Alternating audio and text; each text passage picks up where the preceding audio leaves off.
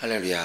하나님의 말씀은 창세기 39장 1절부터 6절까지 말씀을 같이 함께 합독하겠습니다. 창세기 39장 1절부터 6절까지 말씀을 우리 함께 읽겠습니다. 시작. 요셉이 이끌려 애굽에 내려가매 바로의 신하 시위대장 애굽 사람 보디발이 그를 그리로 데려간 이스마엘 사람의 손에서 그를 산이라. 여호와께서 요셉과 함께 하심으로 그가 형통한 자가 되어 그 주인 애굽 사람의 집에 있으니 그 주인이 여호와께서 그와 함께 하심을 보며 또 여호와께서 그의 범사에 형통케 하심을 보았더라. 요셉이 그 주인에게 은혜를 입어 섬김에 그가 요셉으로 가정 총무를 삼고 자기 소유를 다 그 손에 위임하니 그가 요셉에게 자기 집과 그 모든 소유물을 주관하게 한 때부터 여호와께서 요셉을 위하여 그 애굽 사람의 집에 복을 내리심으로 여호와의 복이 그의 집과 밭에 있는 모든 소유에 미친지라. 주인이 그 소유를 다 요셉의 손에 위임하고 자기 식료 외에는 간섭하지 아니하였더라. 요셉은 용모가 준수하고 아담하였더라. 아멘. 하나님은 형통케 하신다. 세 번만 하죠. 시작. 하나님은 형통케 하신다. 하나님은 형통케 하신다. 하나님은 형통케 하신다. 우리 하나님은 형통하게 하시는 하나님이라고 성경은 말을 합니다. 이 형통이라고 하는 말은 믿는 사람이나 믿지 않는 사람이나 다 좋아하는 말입니다. 형통하라고 하는데 기분 나빠할 사람은 아무도 없을 겁니다. 근데 그 형통이라고 하는 단어가 무슨 뜻인지 혹시 잘 아시나요? 형통. 뭐가 형통한 거죠? 형통하세요. 그러면 다 좋아하기는 하는데 그 형통이라고 하는 게 무슨 뜻이냐 이 말이에요. 그냥 대부분 잘 되는 게 형통이라고 얘기합니다. 잘 되는 거. 맞습니다. 잘 되는 게 형통입니다. 근데 그 잘 된다는 게 과연 뭐죠? 많은 사람들이 착각하는 것이요. 잘 사는 거하고 부자로 사는 거하고를 착각하시더라고요. 부자로 사는 것과 잘 사는 것은 좀 다릅니다. 의미가. 우리는 부자들을 보고 저 사람 잘 사는 사람이라고 그러는데 실상은 부자는 쌓아놓은 물질이 많다는 뜻이고요. 잘 사는 사람이라는 얘기는 말 그대로 형통한 사람이라는 뜻입니다. 형통이라는 뜻의 원뜻이 뭐냐면요. 뜻대로 되어지다 이런 뜻이에요. 그러니까 마음 먹은 대로 되어지다. 이게 형통입니다. 그러니까는 돈은 굉장히 많은데 형통하지 못한 사람이 하나 있어요. 그 성경에 나와 있는 예수께서 비유로 말씀하신 사람. 여러 해 쓸 물건을 창고에 잔뜩 쌓아뒀는데 하나님 앞에 부요하지 못해서 형통하지 못하죠. 쌓아두긴 많이 쌓아뒀는데 뜻대로 쓰지도 못하고 죽어버리는 사람. 그건 이제 부자로 살기는 살았는데 형통한 사람은 아니라 이 말이에요. 부자와 나사로의 비유에 나오는 그 부자도 마찬가지입니다. 그냥 사는 모습을 보면 정말 그가 부자로 살고 돈 많이 들여 살고 친구들도 많고 그래서 자기 문 앞에 있는 거지도 이렇게 도울 만큼 그렇게 넉넉하게 살았지만 그의 마지막 끝이 형통하질 못하더라 이 말이에요. 세상 사람들은 형통이란 단어를 뜻대로 잘 된다 이렇게 씁니다. 그런데 그 뜻 앞에 가로치고 주어가 있어요. 주어가. 자기 뜻대로 잘 되는 거를 형통이라고 보통 이야기하더라고요. 그런데 성경에서 말하는 형통케 하시는 하나님, 그게 무슨 뜻이냐면 그 주어가 하나님으로 이렇게 바뀌어 있습니다. 하나님의 뜻대로 잘 되게 하시는 분이란 뜻이에요. 하나님의 뜻대로 잘 되게 하시는 분. 그래서 오늘 저녁에 우리가 기도할 텐데 형통하기를 구하는데 어떤 형통함을 구하기를 원하냐면 하나님이 함께 하시고 하나님의 뜻대로 인도하시고 하나님이 잘 되게 하시는 것을 나도 알고 남도 알게 하는 그런 형통함을 좀 구할 수 있게 되기를 예수님의 이름으로 축원합니다. 내가 생각하는 형통과 하나님이 생각하는 형통의 차이는 옛부터 내려오는 고사인 세옹지마 생각하시면 잘 알 거예요. 여러분들 잘 아시죠?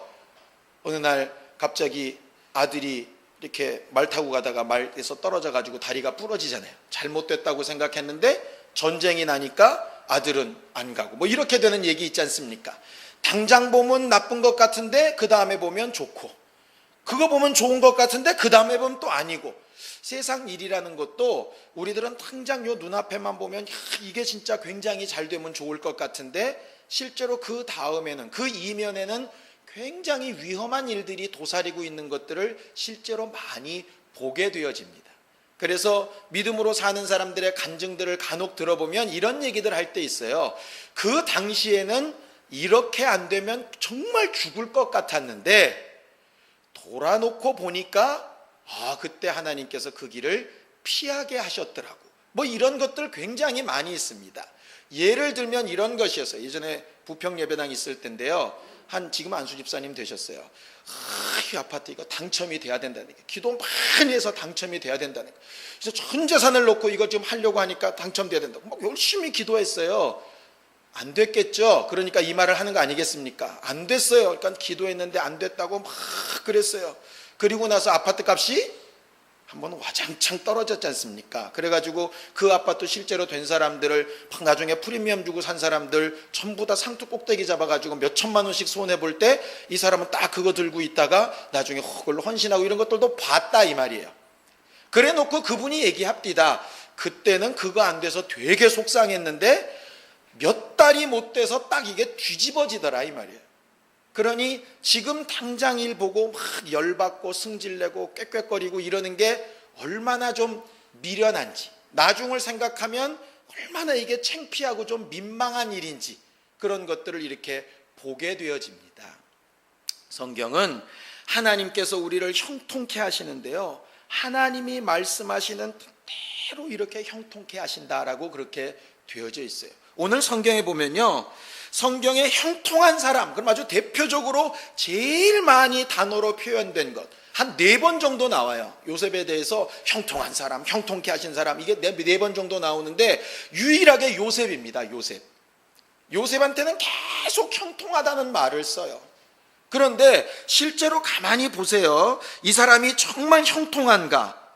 2절 보십시오. 2절 시작. 여호와께서 요셉과 함께 하심으로 크고 형통한 자가 되어 그 주인 애굽 사람의 집에 있었다 그랬어요. 그는 형통한 사람은 형통한 사람인데 지금 신분은 뭐냐 하면 애굽 사람의 종이에요. 노예예요. 노예. 아니 노예가 노예로서 형통하면 얼마나 형통하겠어요 그게. 요셉의 생각과 같겠느냐 이 말이에요. 그런데 그걸 가르쳐서 성경은 형통했다라고 이렇게 말을 하거든요. 자기가 무슨 죄 짓고 팔린 것도 아닙니다. 바른 말 몇 마디 한 것밖에 없어요.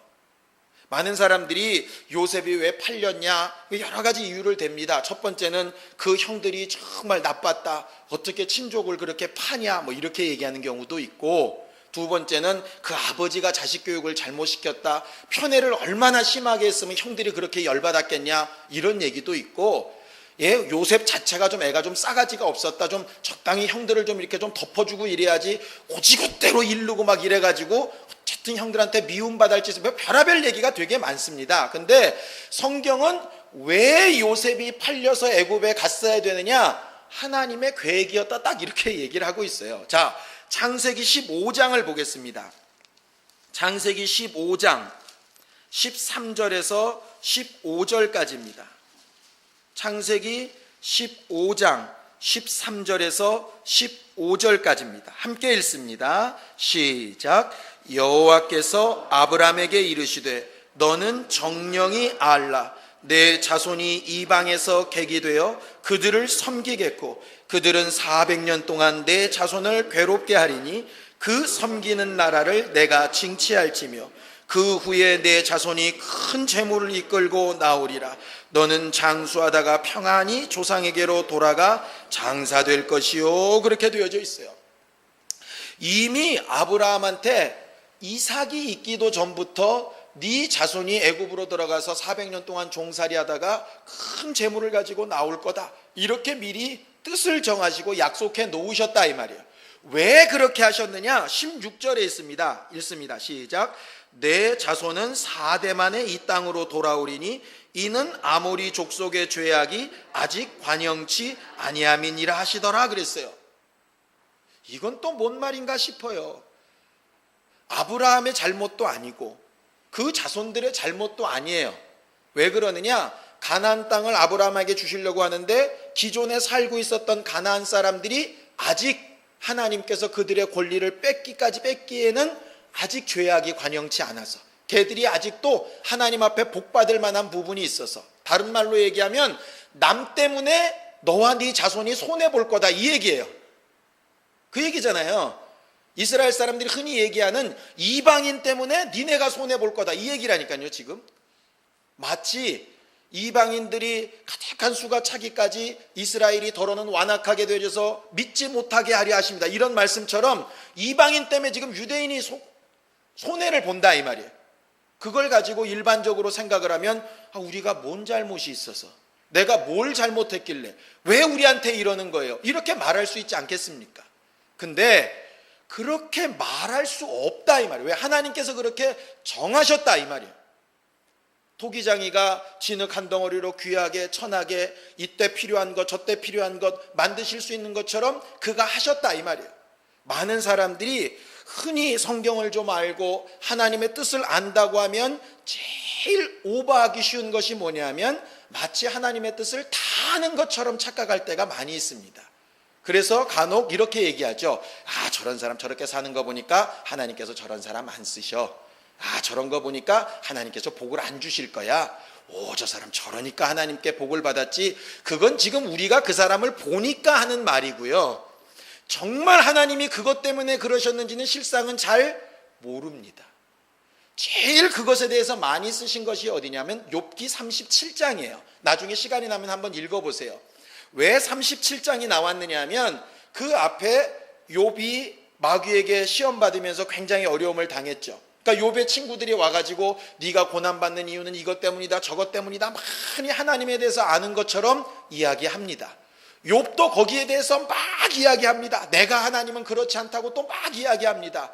그때 37장에 하나님이 계속 하시는 질문이 뭐냐면 니들이 그렇게 나를 잘 아냐? 이것이었어요.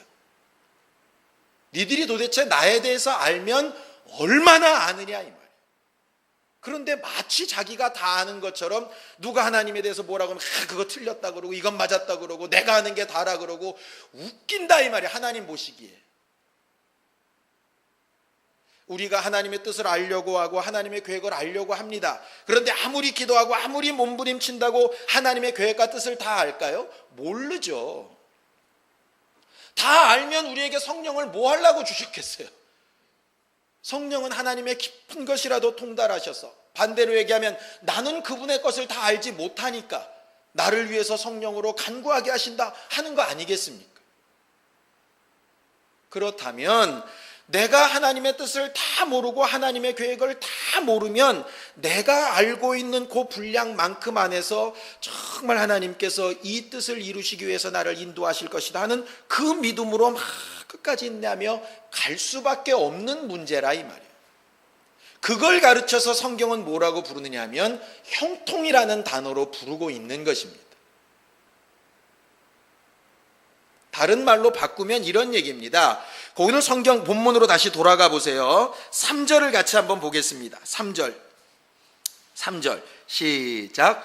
그 주인이 여호와께서 그와 함께 하심을 보며 또 여호와께서 그의 범사에 형통케 하심을 보았더라 그랬습니다.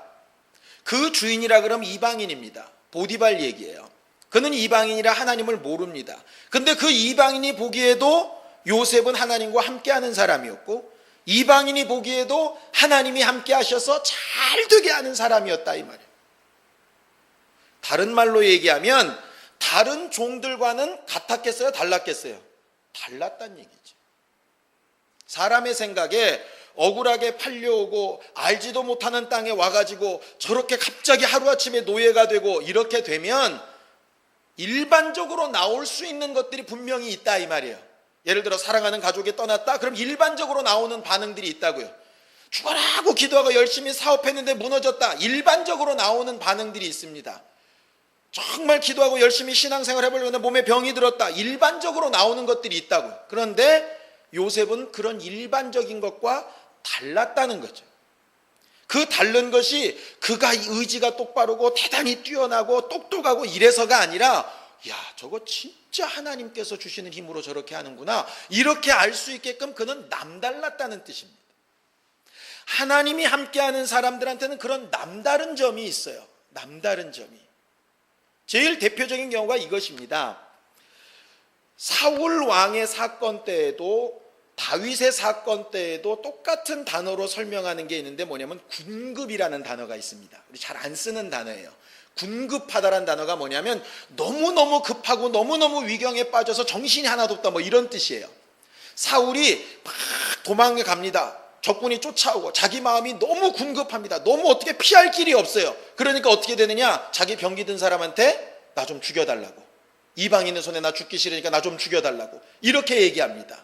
다윗은 똑같은 상황이 있었어요. 자기를 따르던 600명이나 되는 사람이 다윗 때문에 우리 다 망하고 우리 가족들 다 죽었다고 막 난리칠 때가 있었습니다. 저가 마음이 굉장히 군급합니다. 그런데 뭐하냐, 사람들은 돌 들어서 쳐 죽이려고 그러는데 에봇 갖고 오라 그래요. 그때부터 사람들 앞에서 무릎 꿇고 기도하기 시작합니다. 돌로 치든지 말든지 기도합니다. 뭔가 다르다 이 말이에요. 일반적으로 군급하고 급하게 되면 도망가고 피하고 죽어버리고 막 이렇게 가는데 다윗은 달랐다 이 말이에요. 왜 달랐느냐, 하나님이 함께하는 사람은 분명히 다르다는 거죠. 그것을 마가복음 16장 20절에 이렇게 얘기합니다.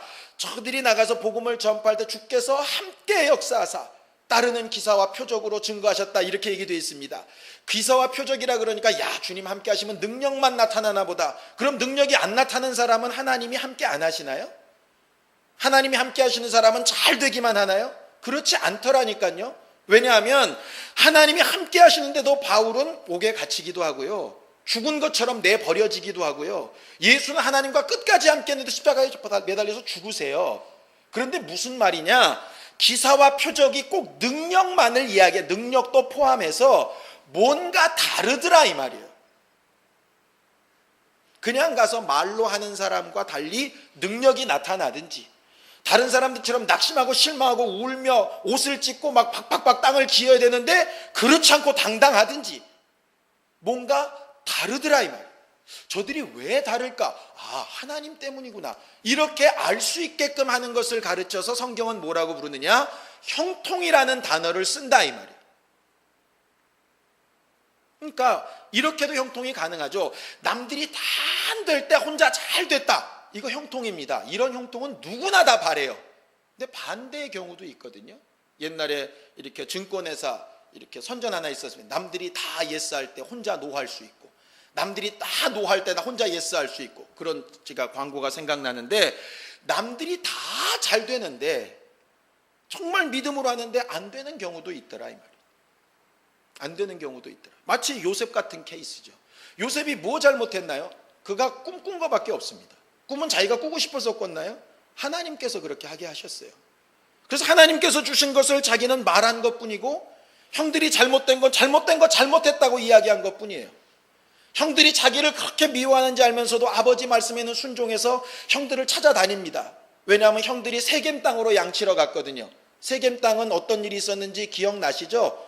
자기 누이 동생 때문에 그 세겜 땅에 족장 아들들 다 죽였을 때 그 세겜 땅으로 가니 야곱이 얼마나 두려웠겠어요. 또 문자 낼까 봐. 그러니까 요셉을 보낸 것이라 이 말이에요. 갔더니 딴 데로 떠났대요. 일반적으로 형들이 나 별로 싫어하면 상종하기 싫어서라도 아버지 갔더니 형들 어디 갔던데요, 이럴 수 있는데 사막 한가운데가 어디라고 형들을 찾아갑니까? 그런데 끝까지 갑니다. 왜? 아버지가 그렇게 얘기했으니까. 이렇게 하나하나 따지면 요셉은 잘못한 거 하나도 없다니까요. 그런데 왜 노예로 팔리고 왜 종이 됩니까? 그 다음 잘 아는 대로 보디발의 아내 유혹을 이겼어요. 잘못한 거 아니에요. 정말 이겼는데 그게 또 오해가 돼가지고 감옥 깊숙이 또 들어갑니다. 그런데 성경은 또 얘기해요. 자, 39장 23절 읽어보세요. 39장 23절 함께 읽습니다. 시작. 전옥은 그의 손에 맡긴 것을 무엇이든지 돌아보지 아니하였으니 이는 여호와께서 요셉과 함께 하심이라. 여호와께서 그의 범사에 형통케 하심. 아니, 노예 정도도 아니고 이제 감옥에 들어간 죄인인데, 감옥 들어간 죄인이 뭐가 형통하겠어요? 그런데 거기도 대고 하나님은 형통이란 단어를 쓰시거든요. 우리같이 성질 급한 사람은 아마 멱살 잡자고 나설지 모르겠습니다. 뭐가 형통이냐고 이게. 그런데 요셉은 끝까지 갑니다. 왜? 그는 하나님의 뜻이 이루어지는 게 형통인 줄 알아요. 그리고 나서 맨 마지막에 그 형들을 만났을 때 고백하지 않습니까? 자, 46장을 좀 보세요.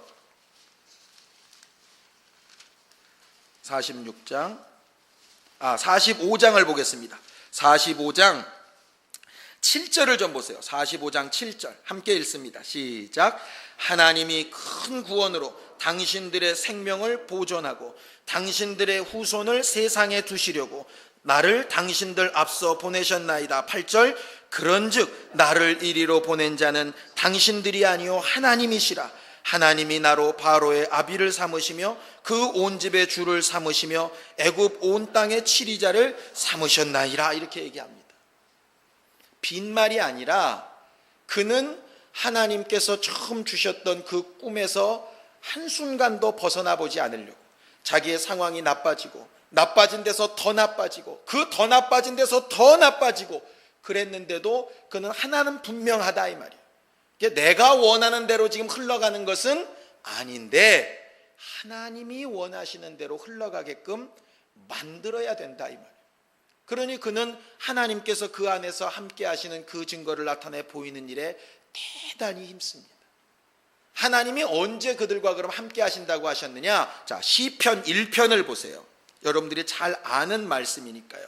시편 1편 1절에서 3절입니다. 함께 읽지요. 시편 1편 1절에서 3절입니다. 함께 읽습니다. 시작. 복 있는 사람은 악인의 꾀를 쫓지 아니하며 죄인의 길에 서지 아니하며 오만한 자의 자리에 앉지 아니하고 오직 여호와의 율법을 즐거워하여 그 율법을 주야로 묵상하는 자로다. 저는 시냇가에 심은 나무가 시절을 쫓아 과실을 맺으며 그 잎사귀가 마르지 아니함 같으니 그 행사가 다 형통하리로다. 이렇게 돼 있어요. 하나님께서 함께 하시고 형통하게 하는 사람은 두 가지 특징을 가집니다. 첫 번째는 악인의 꾀 쫓지 않고 죄인의 길에 서지 않고 오만한 자의 자리에 앉지 않습니다. 악인이 뭐죠? 하나님의 명령과 반대되는 겁니다. 하나님의 명령이 그렇지 않다라고 하는 꾀를 쫓아가지 않는다 이 말이에요. 죄가 뭡니까? 하나님이 하지 말라는 거 하고 하라는 거 안 하고, 그게 죄 아니겠어요? 그들의 길에 같이 서 있지 않습니다.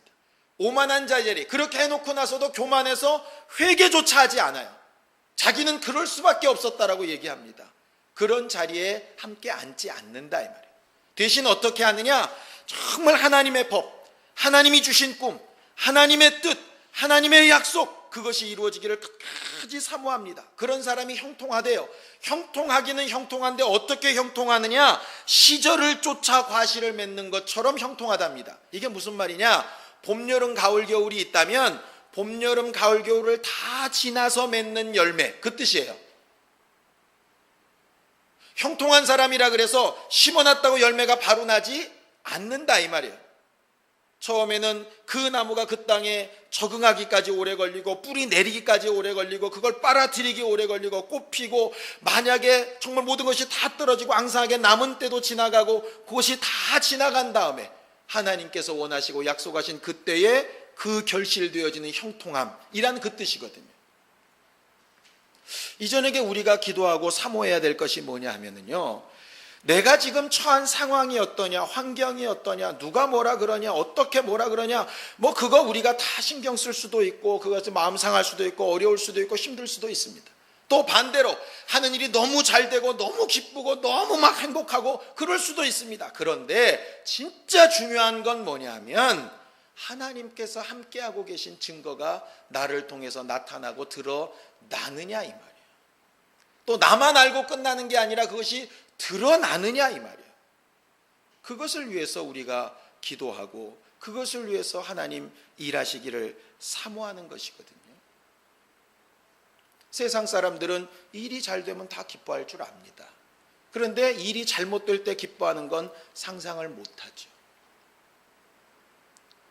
어떤 사람들은 일이 잘 되면 정말 좋아합니다. 그런데 어떤 사람들처럼, 믿음이 있는 사람처럼 일이 잘 되었을 때 이게 정말 주의 뜻대로 잘 돼가고 있는 것인지 아니면 그저 그냥 잘 돼가니까 내가 속고 있는 것인지 돌아봐야 된다. 왜냐하면 형통의 주체는 다른 말이나 환경이나 형편이 아니라 하나님께서 나랑 함께 가고 계신가, 그거 지금 보려고 하는 것이니까. 요셉이 분명히 달랐던 건 단 하나입니다. 상황, 환경, 형편 딱 하나예요. 하나님께서 보고 계시다 하는 겁니다. 보디발의 아내의 유혹을 이길 수 있었던 것도 딱 한 가지 이유 때문입니다. 하나님이 보고 계시다.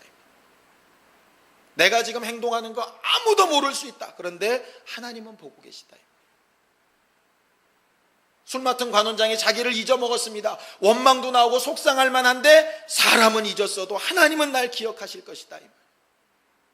바로가 어쩌고 저쩌고 말합니다. 이거 꿈 잘 풀면 대박 나겠지만 그렇지 못하면 너 죽는다. 딱 한마디 합니다. 하나님이 알려주시면 말할 것이고 그렇지 않다면 내가 거짓으로 말할 수는 없으니까 당당하다 이 말. 왜 그럴 수 있느냐? 정말 하나님이 주신 그 꿈을 신뢰하는 거예요. 요셉은 종이었을 때나 감옥에 있을 때나 꿈을 풀 때나 그렇지 않을 때나 계속해서 한 가지만 머릿속에 있습니다.